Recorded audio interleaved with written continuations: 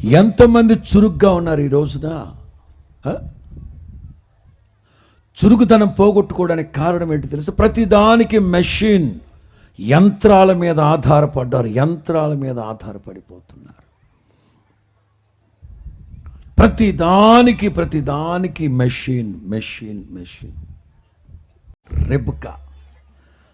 రిబ్కా కడవెత్తుకొచ్చింది బావి దగ్గరికి. ఎలీయజర్ అన్నాడు, ఎమ్మా నాకు కొంచెం మంచినీళ్ళు కావాలమ్మా. ఏమండి, మీకు మాత్రమే కాదు మీ ఒంటెలకు కూడా నేను నీళ్లు చేది చెప్పండి. ఒక్క ఆడపిల్ల రెబెకా ఎంత చురుగ్గా ఉందో చెప్పు. యవనస్తులు అయిన ఆడపిల్లలు చెప్పండి. గట్టి గాలి కొడితే గోదాట్లో పడిపోయేటట్టున్నారు. ఏంటంటే జీరో అంట. ఏంటి జీరో? పోతారు.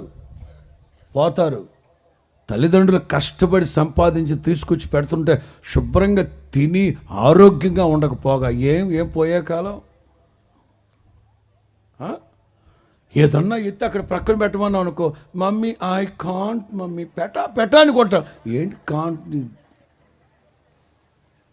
ఆరోగ్యం ఉండదు, బలం ఉండి సావదో. చురుగ్గా ఉండడం గొప్ప భాగ్యం. ఆరోగ్యంగా ఉండాలి, క్షేమంగా ఉండాలి. గొప్ప భాగ్యము ఆరోగ్యంగా ఉండడం, గొప్ప భాగ్యం. ఇది ఏ భాగ్యము. ఏది? అన్నపానములు పుచ్చుకొనడం. ఆయుష్కాల దినములన్నిట చక్కగా అన్నపానములు పుచ్చుకుని కష్టార్జితం అంతటి వలన క్షేమంగా ఉండడమే భాగ్యం. అన్నీ ఉంటున్నాయి, తినలేని పరిస్థితి. సరుకులు లేవా? ఎందుకు లేవు? అన్నీ ఉన్నాయి.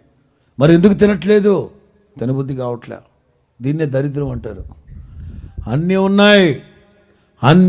ఉంటున్నాయి ఇంట్లో. మానసిక సంఘర్షణ, సమస్యలు, కుటుంబ సమస్యలు. యేసు నామములో, క్రీస్తు యేసు యొక్క వాత్సల్యాన్ని బట్టి ఆనబెట్టి చెప్తున్నాను, ఇవాల్టితో మీ దుఃఖ దినముల సమాప్తములగునుగాక. మీకిచ్చే భాగ్యం ఏంటో తెలుసా? చురుగ్గా ఉండుట గొప్ప భాగ్యం. యవనస్తులు ఎలా ఉన్నారు ఈ రోజున? యెహోషువ ఒక యవ్వనస్తుడు పెందల కడనే లేచి, టైం సెన్స్ ఉండాలి. పెందల కడనే లేచి యెహోషువ పెందల కడనే లేచి. యవనస్తులైన మగపిల్లలు చురుగ్గా ఉన్నారా? లేక రాత్రంతా ఈ సెల్ ఫోన్ పెట్టుకొని దరిద్రాలు చూస్తూ ఉదయానికి నీరసించి నరాలు జబ్బు తెచ్చుకుంటున్నారా? చురుగ్గా ఉంటున్నారా? వేకువనే లేస్తున్నారా? ప్రభువుని స్తుతిస్తున్నారా? ఆ రోజంతటికి కావలసిన కృప పొందుతున్నారా? ఎందుకు చురుగ్గా ఉండలేకపోతున్నారు? భౌతికంగా చురుగ్గా ఉండడం కోసం చెప్పాను. ఆధ్యాత్మికంగా చెప్పనా? ఆత్మీయులు మెలకువగలిగిన ఆత్మ చాలా ప్రాముఖ్యం. చురుగ్గా ఉండాలి. ఎందుకంటే మీ విరోధి అయిన సాతాను గర్జించు సింహము వలె ఎవరిని మినుగుదుమా అని తిరుగులాడుతున్నాడు. వివేచన, చురుగ్గా ఉండాలి. సాతానుగాడు ఎప్పుడు ఎక్కడ ఎవరిని పట్టుకుంటాడో తెలియదు గనక జాగ్రత్త, చురుగ్గా ఉండాలి. ఇంకా ఏమిటో భాగ్యం తెలుసా?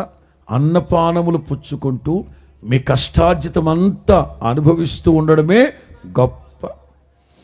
ఎంతమంది ఈ భాగ్యాన్ని పొందున్నారు?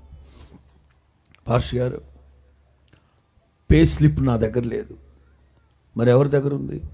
వడ్డీకి తెచ్చుకున్న వాళ్ళ దగ్గర ఉంది. నెల